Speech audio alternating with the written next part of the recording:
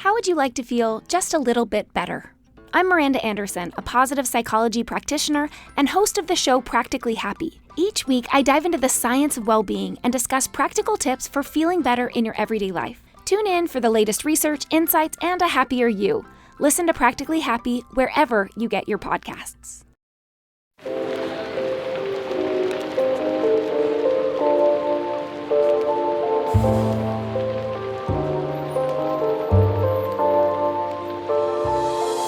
Welcome to Book Talk for Book Talk with Jack and Amy, a literary podcast where we deep dive into the writings of your favorite novels. This winter, we're hosting a book club while we prepare our 10-part literary analysis of Sarah J. Maas's Throne of Glass. This is Jack. And I'm Amy, and each week we'll discuss one book from our winter book club roster. By using our literary background, we'll provide our flash analysis of each book as well as discuss listener thoughts. This is part one of this week's episode where we're discussing Once Upon a Broken Heart by Stephanie Garber. Okay, we're here. We're discussing Once Upon a Broken Heart. Would you like to go first? No, I'm so curious what you think, since I know you didn't you alluded to the fact you didn't quite like this book. I would not have finished this book if it wasn't because of Winter Book Club. Okay. What's your 10-word description of it? It's going to be harsh, and I want to preface this by saying I don't think this is a bad book. This is absolutely about my cup of tea. So I'm putting that at the top. A juvenile book with an attempt of depth, but fails. I'm really liking this 10 word thing because I'm counting the ands, I'm counting the A's. Yeah. No, I think it's a good exercise. We have to do it every episode now. I mean, that's what we've been doing. Yeah. Okay, you too. Now you go. I'm counting. Okay. I'm trying to be really succinct and not sacrifice any unnecessary. I need to sacrifice all unnecessary words. Book good. Caveman. Welcome to the caveman segment. Paying homage to the Cruel Prince, but less sophisticated. Wow, you had one word left. Wow, I did it. Bam. Mic drop. That's two words.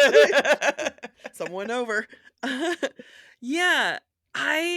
So I feel like you didn't have as intense of a reaction as I did, because when I hinted to wasn't a fan, you actually said that you didn't mind it, that you kind of enjoyed it. Yeah, I think I went in not expecting a lot, and I think it's pretty clear straight off the bat that Evangeline, our female main character, is pretty young. I want to say she's 17 or 18. Yes, this is a YA book. This is a YA book, and I had that impression, if not straight out knew that going in. Yeah. So I didn't have a lot of expectations in terms of depth. Maybe after all the other books we read was fine by me. I think it was a nice reprieve from some of the other heavier topics we've been dealing with. And I do feel like I see some elements of Holly Black's storytelling in this novel. And so I kind of approached it from that point of view. If this were the Cruel Prince, do I feel like it achieves what it sets out to do? I did not make the link to Cruel Prince at all. What is it that you feel like you saw with Cruel Prince? Because I agree, YA. I'm not against YA, and I also don't think YA necessarily has to mean lack of depth. Mm-hmm. I think about Cruel Prince itself. I think about Ruthless Vows, Harry Potter, you know what I mean? There's still I think it can still be rich.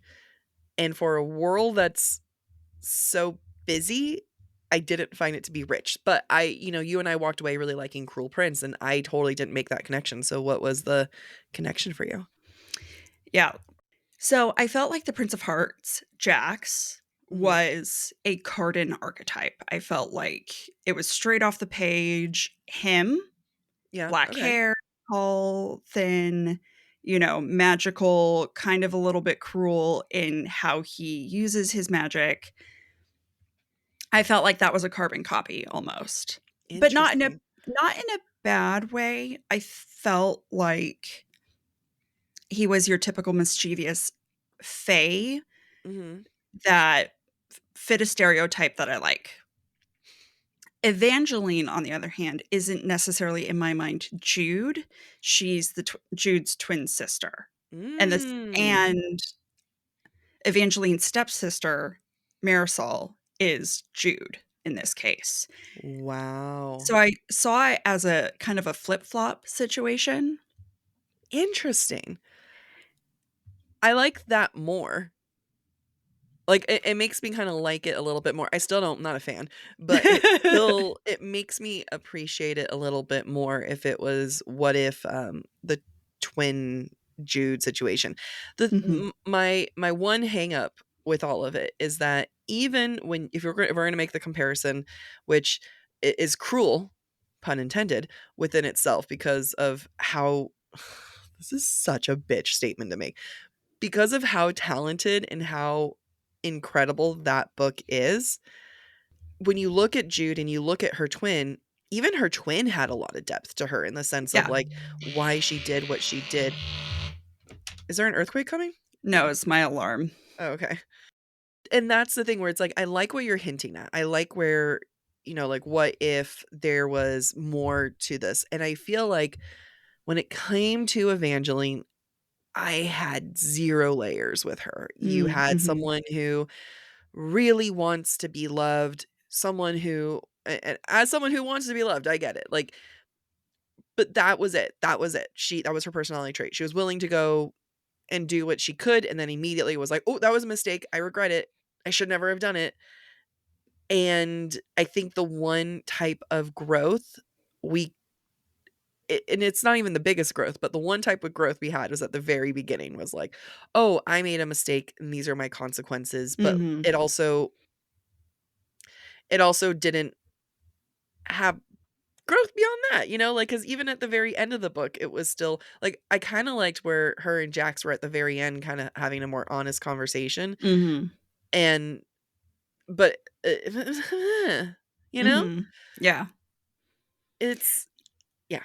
I can see what you're saying. I can see how you feel like there's lack of character growth, and maybe that is the case.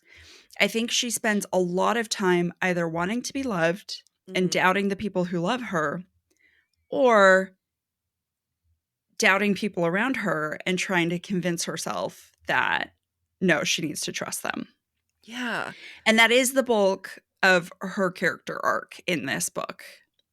and it's just it flip-flops, like, that's all it does, like, now and, especially since, like, the pacing and we'll get into the pacing in a little bit, it's so quick, and it's just like, "Now I feel this way, and now I feel this way, and now I'm back to feeling the other way." Mhm. Mhm. Okay, I can see what you're saying. I feel like I would be interested in looking at this book in the context of the entire series because we haven't read the I entire spoiled it. series. I Pardon? went and looked it up. Oh, you did?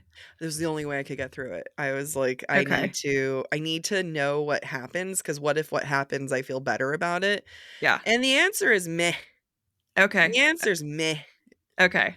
Well, I know nothing about the Okay. follow-up books, and I would like to see I would be interested to see if this is maybe an error of judgment in the overall character arc, right? Maybe she does Mhm. have a good character arc over the spread of several books, Yeah, yeah. but unlike what we're used to maybe with SJM, we didn't see a character arc within this one book itself, and that Yeah.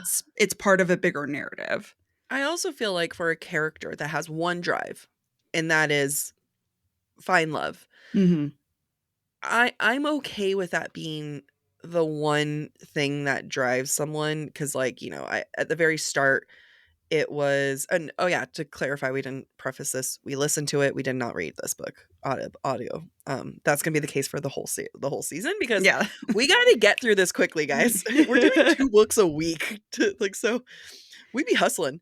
Uh, at the very beginning, it does preface for anyone who's had their heart broken, and I was Mhm. excited about it. I was like, "Hey, right here, I'm your Yeah. girl. Sign Yeah. me up." And I'm not against someone saying like that's their journey is a broken heart, is to recover, is to find love. Mhm. But there's so much more that it could have been. It could have been like I'm searching for this love because I have been my family, my parents are gone. I'm Mhm. searching for this love because I don't get this from my mom, my stepmom, or my stepsister. I'm Mhm. searching for this love because I am so alone and I am trying to recapture the only time in my life where I was happy, and that's when I had my family. You know what I Mhm. mean? Well, Boom. I did see it as all of the above. I saw it as Mhm. all of that and the fact that Marisol stole Luke from her. Yeah. I mean, all of I feel like it's all of the above, and I feel like she didn't come to that conclusion. Oh, you mean Evangeline herself didn't Yeah, come to yeah. that Yeah, conclusion. I feel like Evangeline never had a moment of because, like, I think there just needed to be that one moment of, "Why am I so hungry for this? Why am I Mhm. so like, why do I need this to feel fulfilled?" Mhm. Mhm. And that's the only thing, especially since she was, like, willing to marry the prince and, go into, like, after one night, and she was like, "Well, maybe I can love him. This could Mhm. be fine."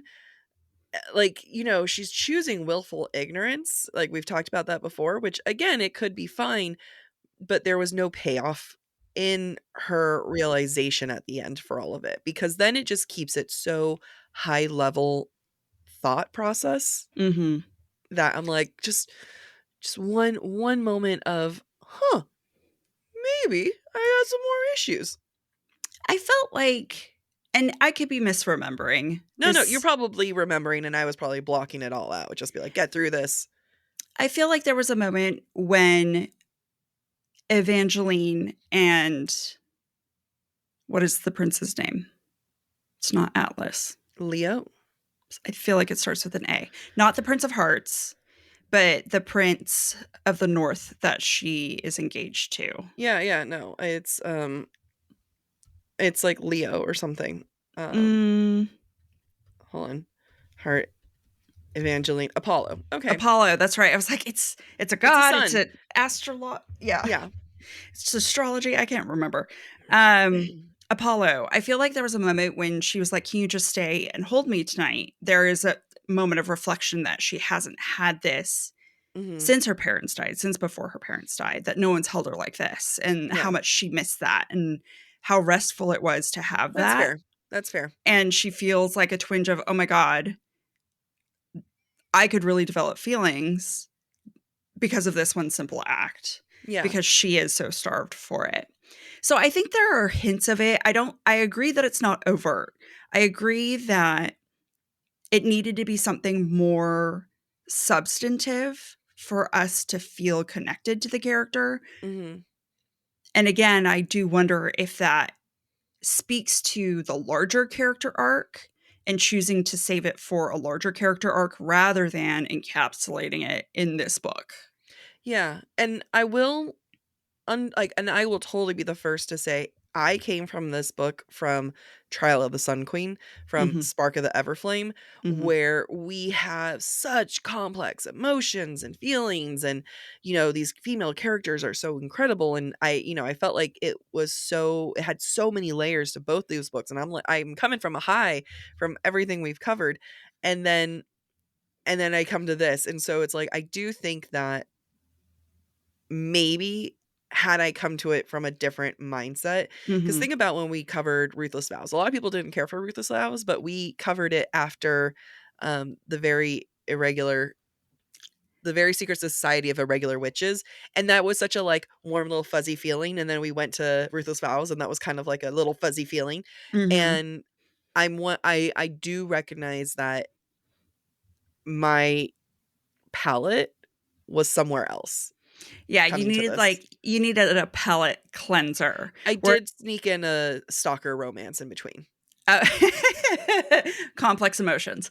Palate cleansing, Amy. Palate cleansing. I feel like this is more the palate cleanser for Light Lark. Yes. Yes. I will agree with that. Like, this has gotten me, like, Light Lark I was a little nervous about, but I agree. Like, this warmed me up for Light Lark. Yeah, and we can talk about that next week. Yeah. And now a word from our sponsors.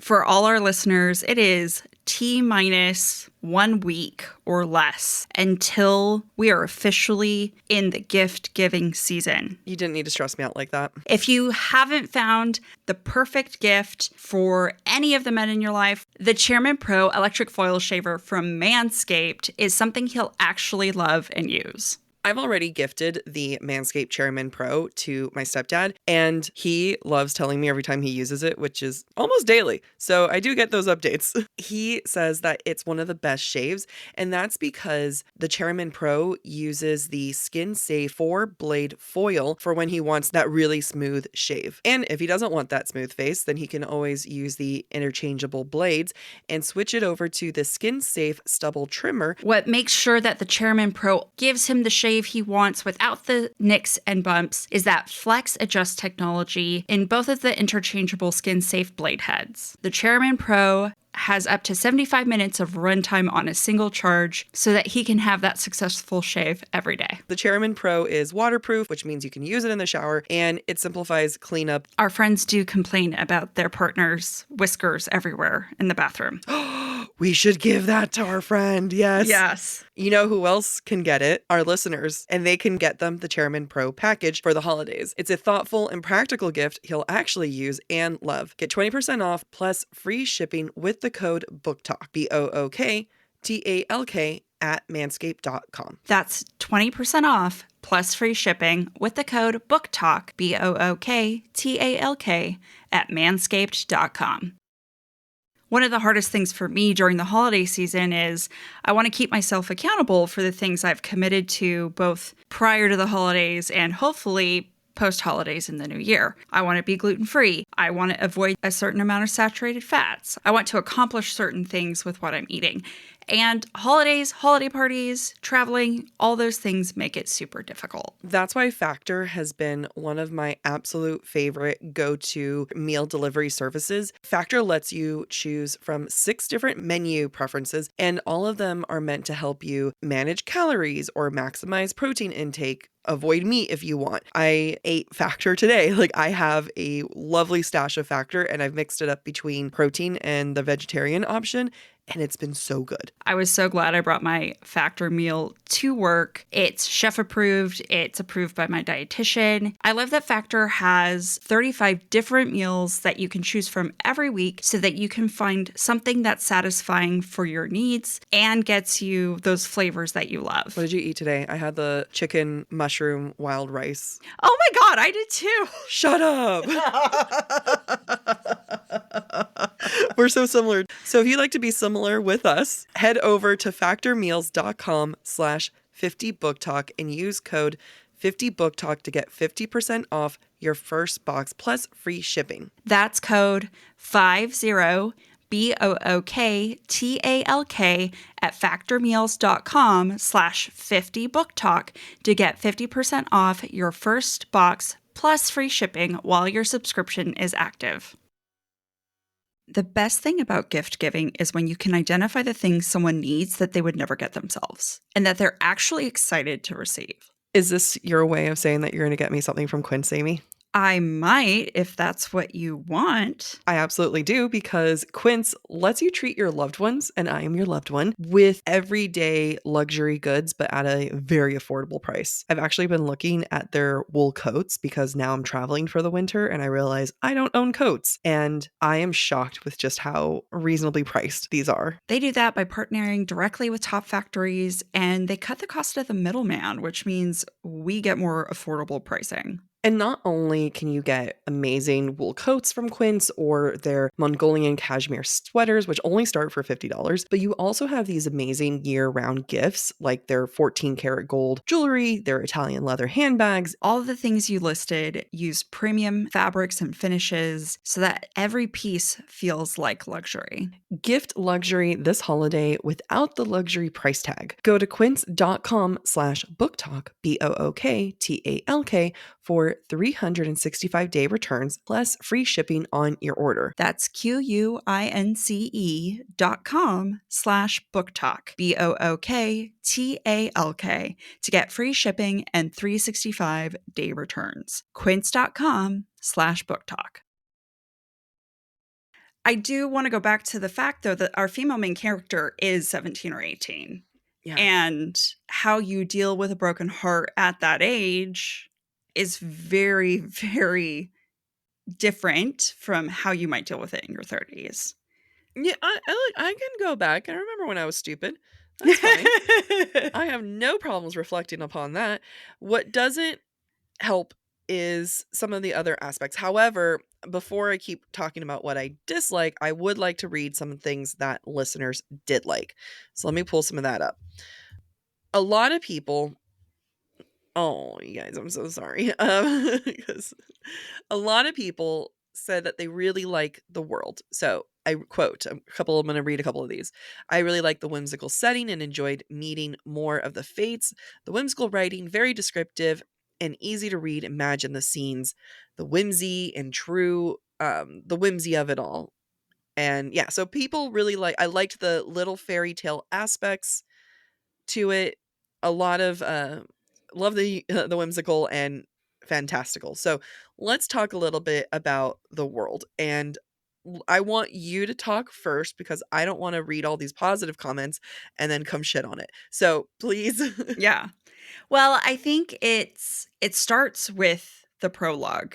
I think it's the prologue, not chapter Yeah. 1, where we start from the perspective of the doorbell. Yes. And it chimes prior to, I think, what we know to be Luke later on. Yep. Before he enters. And the doorbell's like, I'm trying to warn her, but she's so dumb, she's going to think of this as a sign. Yeah.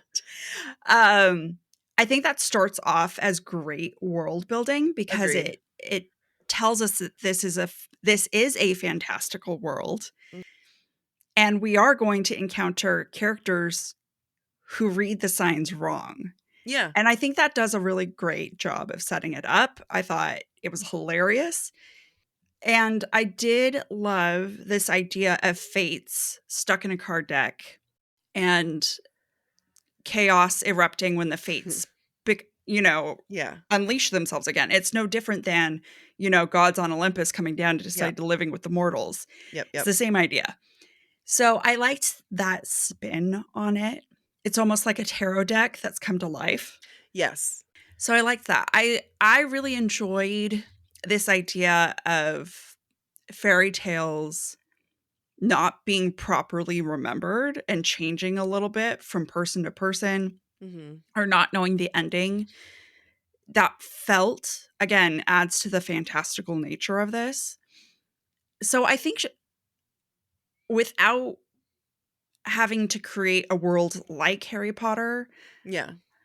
I felt like Garber did something that felt kind of Victorian, feels familiar to us, but has enough fantastical elements that it does make it feel like a unique world.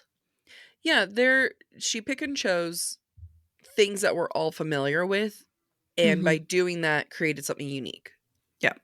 So Like the I little agree. dragons that roast apples. Yeah. It's a cute idea. It is cute. And yes. I'm happy that you're talking about it because I'm like, okay, that is sweet. That is cute. Because I'm bad in the sense of like when I have an opinion, I'm just like, fuck it all. And that's my problem. I know this. I will say one of the things that you could look at it as a positive, and you could look at it if you're me where I'm like, I'm so annoyed at this other thing, so everything's negative. But it reminded me of the world of Stardust, the movie. Okay.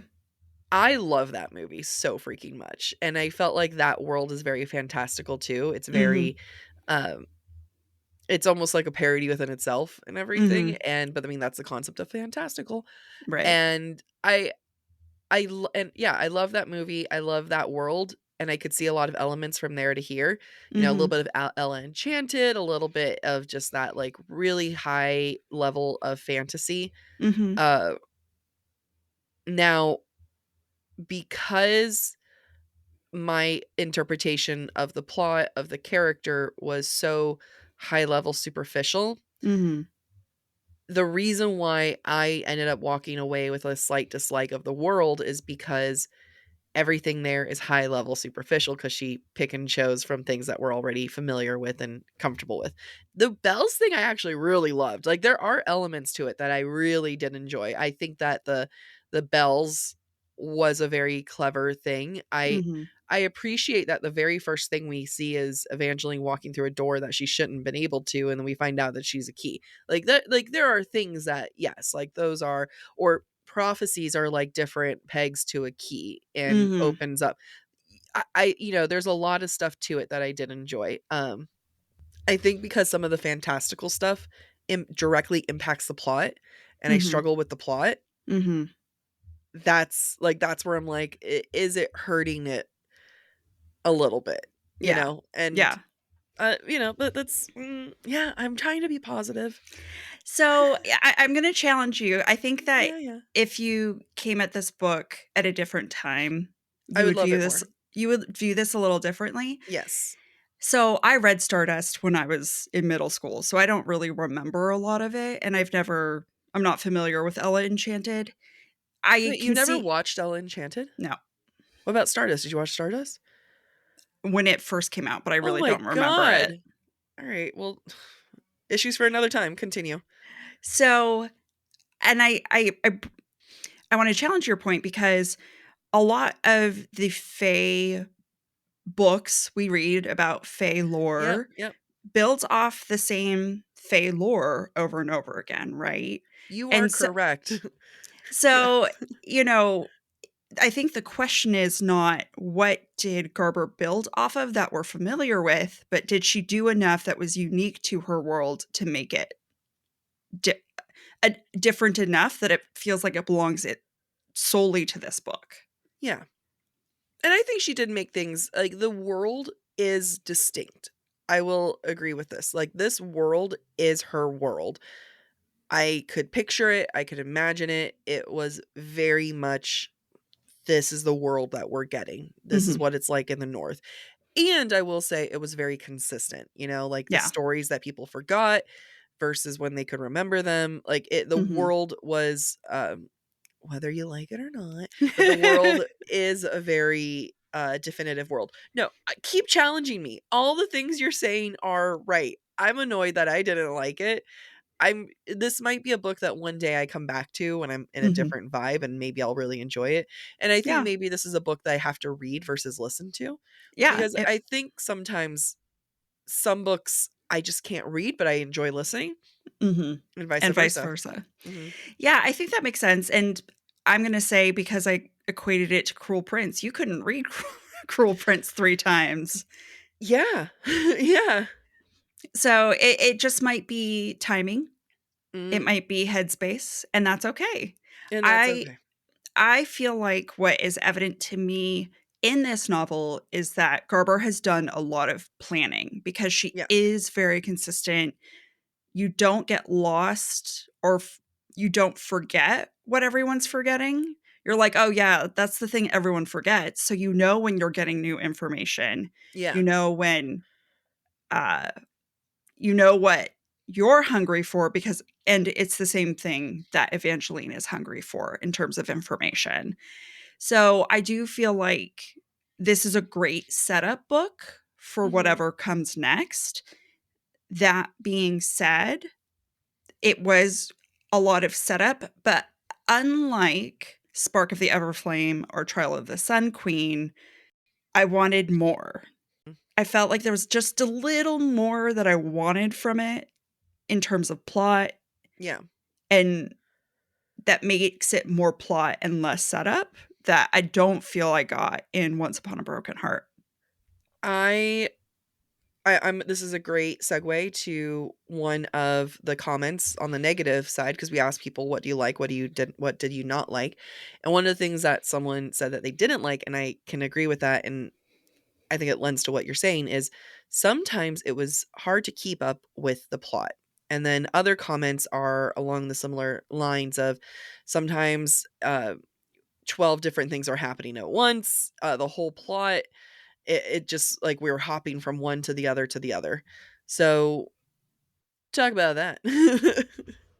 I guess I didn't find it difficult because SJM has trained us for this kind of stuff, where you're getting a lot of information about a lot of different things with the plot. And I don't know, I didn't have a hard time focusing. I had an easy time absorbing the information, but I'm that's gonna just me. I'm gonna No, I'm gonna challenge. Yeah. I don't think, and this is me having not spoken to these listeners, so I'm going to interpret what they said. I don't find that the plot was difficult to understand. I don't think that that's the case. I think that it's fair to say that maybe SJM and other authors can prepare us for books that keep going, keep rolling. Mhm. However, you go from, okay, I'm asking for love. Now everyone's in stone. Now I'm in stone. Now I'm not in stone. Now I'm going up north. Now I'm falling. Now I'm kissing this prince. Now the prince is in love with me. Like it just, and everything within the timeline happens so quickly too. Like, Mhm. she kisses him and he's in love with her. And we get like a few sentences of he, sends her all these elaborate gifts every single night for a week. And now they're going to now she's been accused of, like, when she was accused of murdering him, I looked at the Mhm. time and was like, "We still have more to go." And this book is still it just keeps going.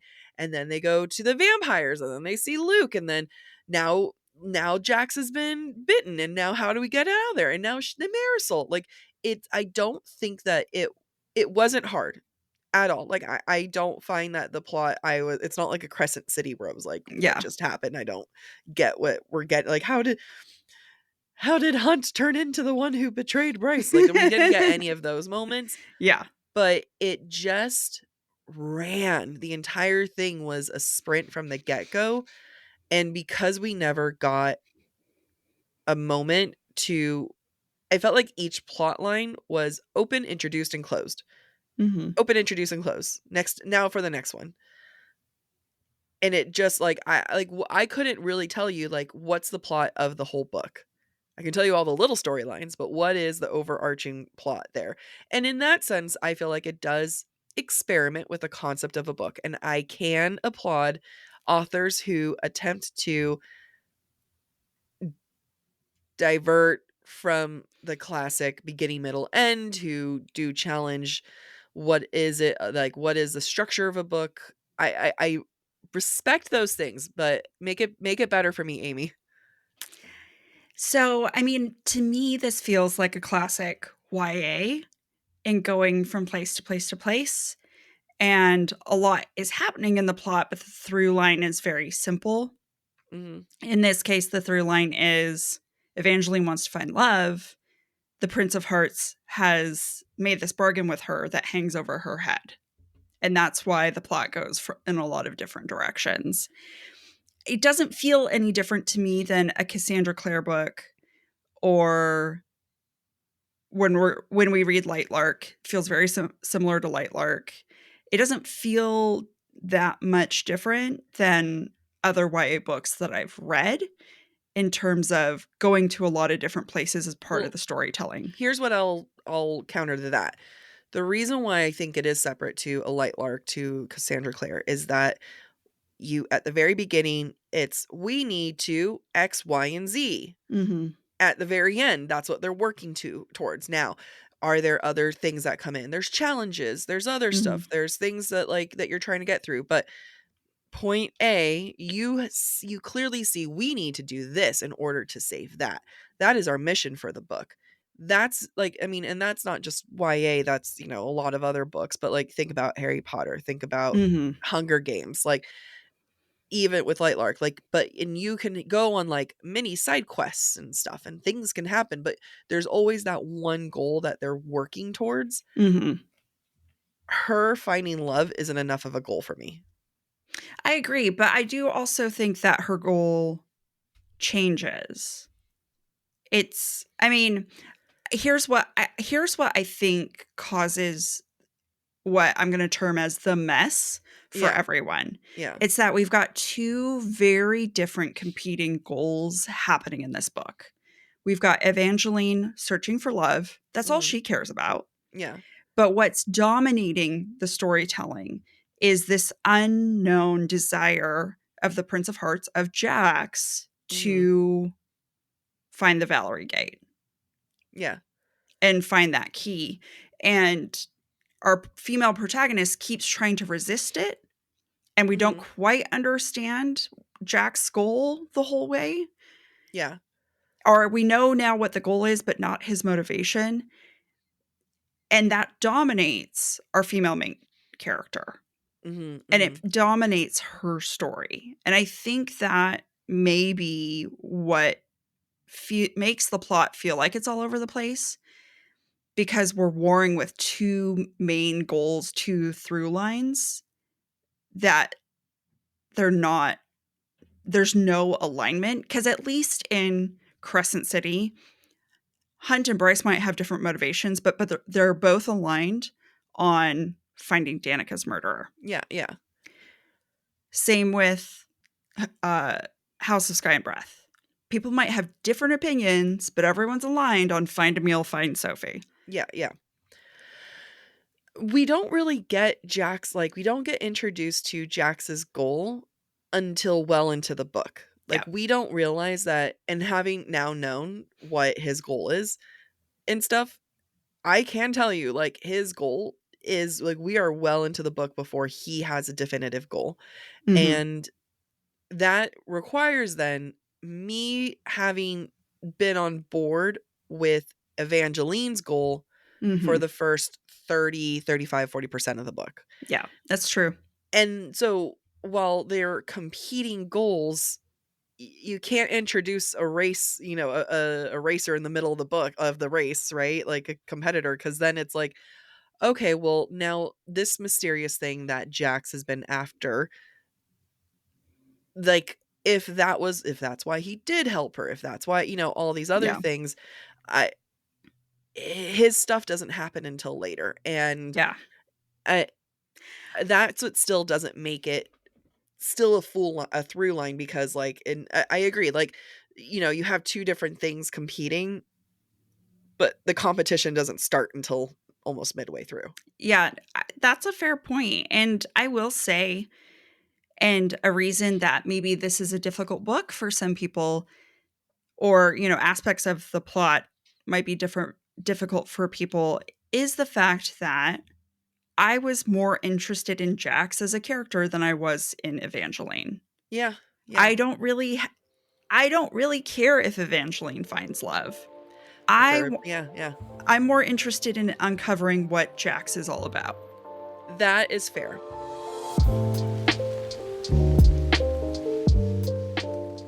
Thank you for listening to part 1 of this week's episode of Book Talk for Book Talk with Jack and Amy. Stick around for part 2, which airs on Thursday. We encourage you to rate and subscribe to our show on your preferred podcast listening platform. If you would like to submit your take on any of the books we plan to discuss later this winter, please be sure to follow us on Instagram, where we ask for listener thoughts and submissions. If you're enjoying the podcast, please visit our website, booktalkforbooktalk.com, to view our latest merch and learn about supporting the show through Patreon or Venmo.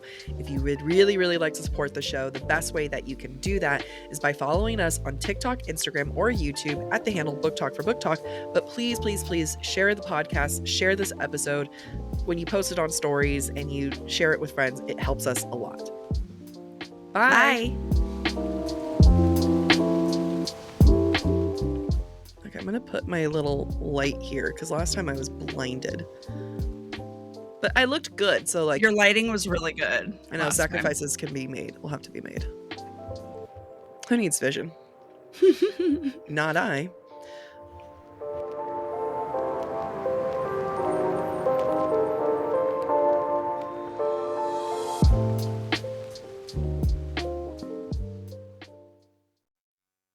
The best thing about gift giving is when you can identify the things someone needs that they would never get themselves, and that they're actually excited to receive. Is this your way of saying that you're going to get me something from Quince, Amy? I might, if that's what you want. I absolutely do, because Quince lets you treat your loved ones, and I am your loved one, with everyday luxury goods, but at a very affordable price. I've actually been looking at their wool coats because now I'm traveling for the winter and I realize I don't own coats. And I am shocked with just how reasonably priced these are. They do that by partnering directly with top factories, and they cut the cost of the middleman, which means we get more affordable pricing. And not only can you get amazing wool coats from Quince or their Mongolian cashmere sweaters, which only start for $50, but you also have these amazing year-round gifts like their 14 karat gold jewelry, their Italian leather handbags. All of the things you listed use premium fabrics and finishes so that every piece feels like luxury. Gift luxury this holiday without the luxury price tag. Go to quince.com/booktalk, BOOKTALK, for 365-day returns plus free shipping on your order. That's QUINCE.com/booktalk, BOOKTALK, to get free shipping and 365-day returns. Quince.com/booktalk.